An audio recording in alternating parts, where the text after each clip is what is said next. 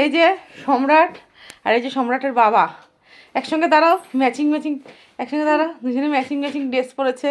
এখন দুজনে বিয়ে বাড়ি যাচ্ছে, তা বিয়ে বাড়ি গিয়ে সম্রাট দেখাবে বাদ বাকিটা।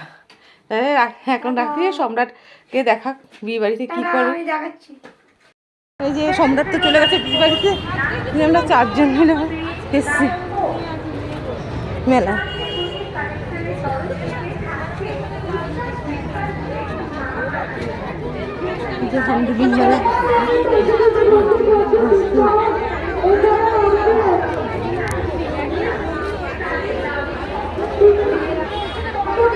এই যে আমরা 4 জন মিলে এসেছি। এই যে আমি, সম্রাট নেই, সম্রাট এখন চলে গেছে বিয়ে বাড়ি খেতে।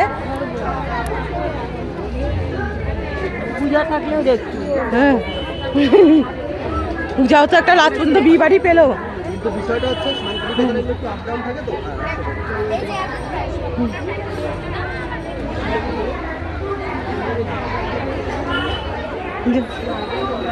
খাওয়া স্টল ওইখানে বসছে, মানে দেখছে কি কিনবে না কিনবে। ওইদিকেও স্টল বসছে।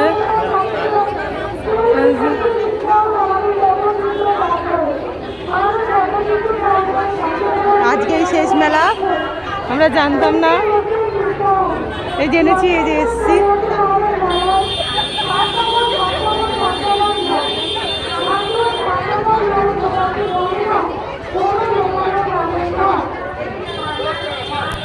রাখছি, পরে আবার দেখা করছি।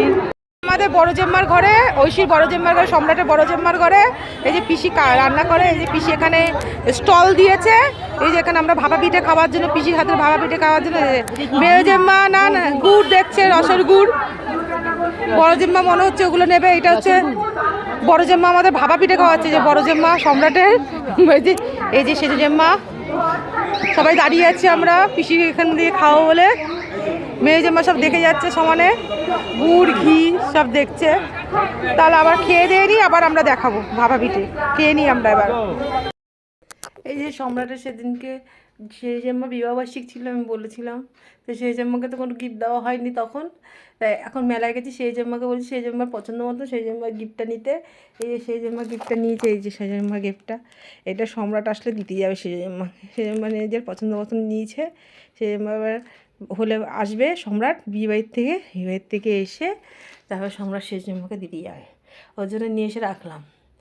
তাহলে আর সম্রাট আসুক, আবার দেখাবো ওখানে সম্রাট কী খেয়েছে, গল্প বলবে আপনাদের কাছে। তাহলে রাখছি, হ্যাঁ এখন আবার পরে দেখাবো।